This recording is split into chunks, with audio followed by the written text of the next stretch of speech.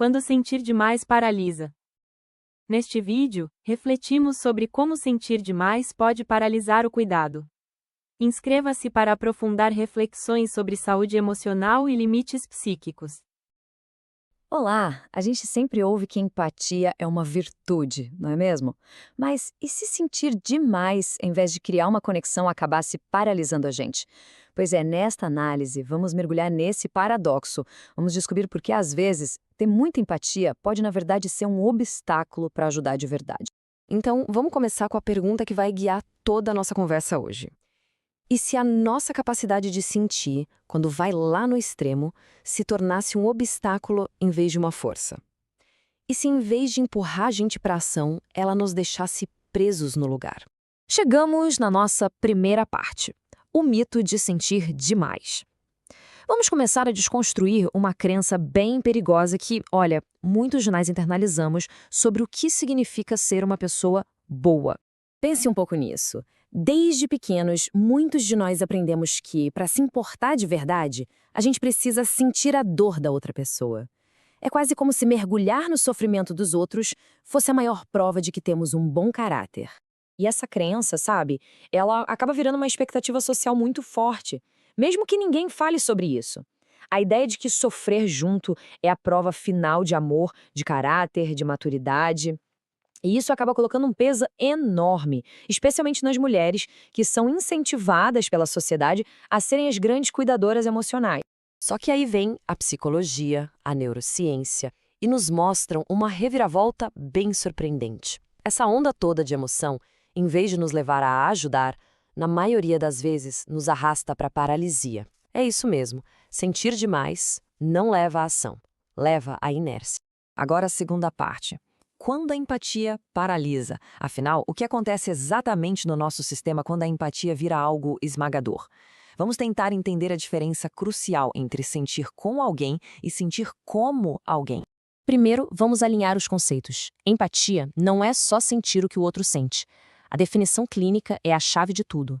É a capacidade de reconhecer e compreender o estado emocional de outra pessoa, sem perder a própria organização interna. Essa última parte, gente, muda tudo. E aqui a gente vê essa diferença de forma perfeita. De um lado, a empatia de verdade é estar presente para o outro, oferecer um abrigo.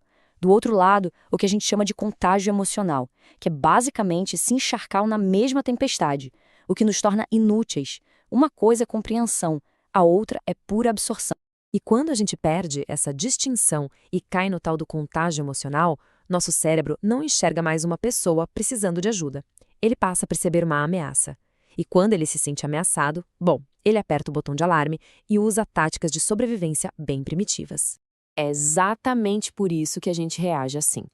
Diante dessa sobrecarga emocional, nosso sistema entra em modo de autoproteção. A gente pode negar o que está acontecendo, se afastar ou até se dissociar.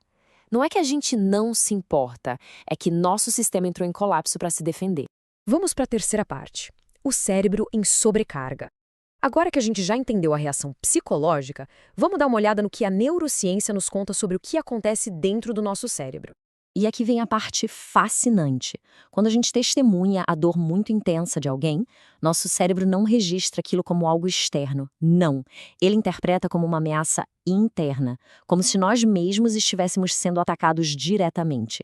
Mais especificamente, áreas como a ínsula anterior, o córtex cingulado anterior e a amígdala, que são justamente os centros que disparam quando sentimos nossa própria dor, ameaça ou angústia social, elas ficam superativadas.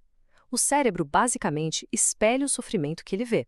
Isso tudo acaba gerando uma reação em cadeia bem previsível. Primeiro, a gente se expõe à dor intensa. Segundo, vem a superativação do cérebro, que interpreta aquilo como ameaça. E o resultado? Afastamento, inércia ou um congelamento emocional. A ajuda, nesse cenário, se torna impossível. Parte 4. A distância que permite ajudar. Então, se essa fusão emocional nos paralisa, como é que a gente pode encontrar um jeito de cuidar que seja realmente eficaz? A resposta, por mais estranho que pareça, não é sentir mais, é encontrar a distância certa.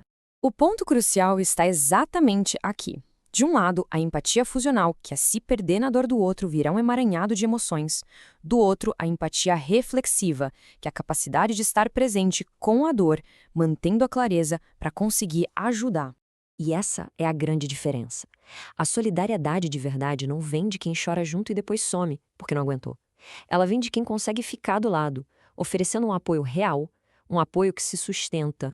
Ok, parte 5. Empatia com eixo. A solução. Isso nos leva finalmente a uma solução. Como é que a gente pode se sentir sem desmoronar? A resposta é desenvolver o que podemos chamar de empatia com eixo, uma empatia que é ancorada, estável e, por isso, eficaz.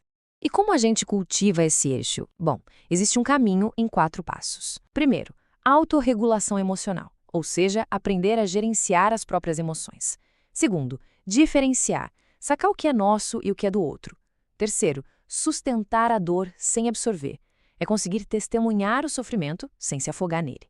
E, por fim, agir dentro do possível. Fazer o que é real, o que é alcançável, em vez de ficar paralisado pela imensidão do problema. No fim das contas, a meta muda completamente. A verdadeira medida de uma empatia madura não é o quão intensa é a tempestade emocional que a gente sente. É a nossa capacidade de ser como um farol, firme, presente e disponível para guiar os outros, mesmo no meio da tempestade. E para fechar, a ideia final para ser levada aqui é esta. Empatia sem regulação não é cuidado, é sobrecarga. Cuidar de verdade dos outros começa com a habilidade de cuidar de si mesmo primeiro, mantendo o nosso próprio eixo intacto. Se este vídeo fez sentido para você, cuide do seu eixo emocional, aprofunde sua reflexão e compartilhe este conteúdo com mulheres que também desejam reflorescer com mais clareza e limites.